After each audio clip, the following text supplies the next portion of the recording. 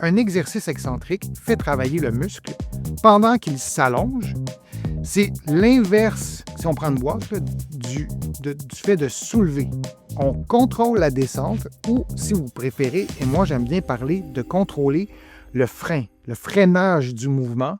On reproduit ainsi des gestes vraiment au quotidien. Alors, quand vous prenez une boîte qui est sur une table et vous la descendez lentement pour la placer au sol, vous faites des contractions excentriques avec plusieurs muscles parce que vous freinez. Alors, c'est une bonne façon de retenir le principe de contraction excentrique, de penser au frein. Et si on veut résumer tout ça, l'effort excentrique, c'est d'utiliser nos muscles comme un frein. Et c'est pas si intuitif que ça. Si je vous demandais de... Vous pouvez l'écrire, ça me ferait plaisir de le lire. Pensez-y seulement comme ça. Essayez de penser à 3 mouvements qui génèrent une contraction excentrique. Il faut y penser. Ce n'est pas automatique. On va en voir, et je vous en montre sur ma chaîne YouTube, mais que de se rappeler qu'un muscle, oui, ça nous fait avancer, ça nous fait sauter, ça nous fait courir, mais ça nous fait freiner aussi.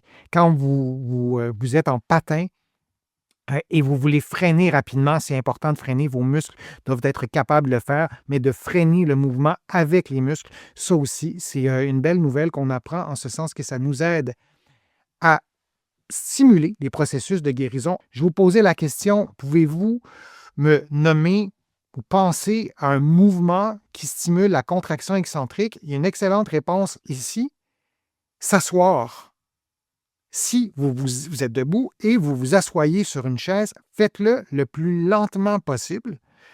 Et pour le faire le plus lentement possible, il faut pencher, garder son tronc bien aligné, mais pencher son tronc un peu vers l'avant parce que vous allez tomber sur la chaise. Donc, il faut réajuster un peu, répartir son poids pour que le poids, le centre de gravité reste sur les pieds. C'est une excellente réponse. S'asseoir le plus lentement possible, parfois même en plaçant nos mains sur les appuis-bras ou sur des meubles à côté pour éviter de tomber trop brusquement. Si on n'a pas beaucoup de force dans les cuisses, ça peut être une façon très efficace de renforcer les cuisses. Et c'est quand même plus facile quand on y pense, si on a une perte de force musculaire au niveau des cuisses, et ça peut être pour un ou une de vos proches, de se laisser tomber ou de s'asseoir lentement en étant accueilli par la chaise que de se relever. Quand on se relève, c'est le début du mouvement qui est difficile. Après, quand on est presque debout, ça ne force pas. Alors, c'est l'effort le plus difficile quand on se relève, il est au début. Ça tombe mal.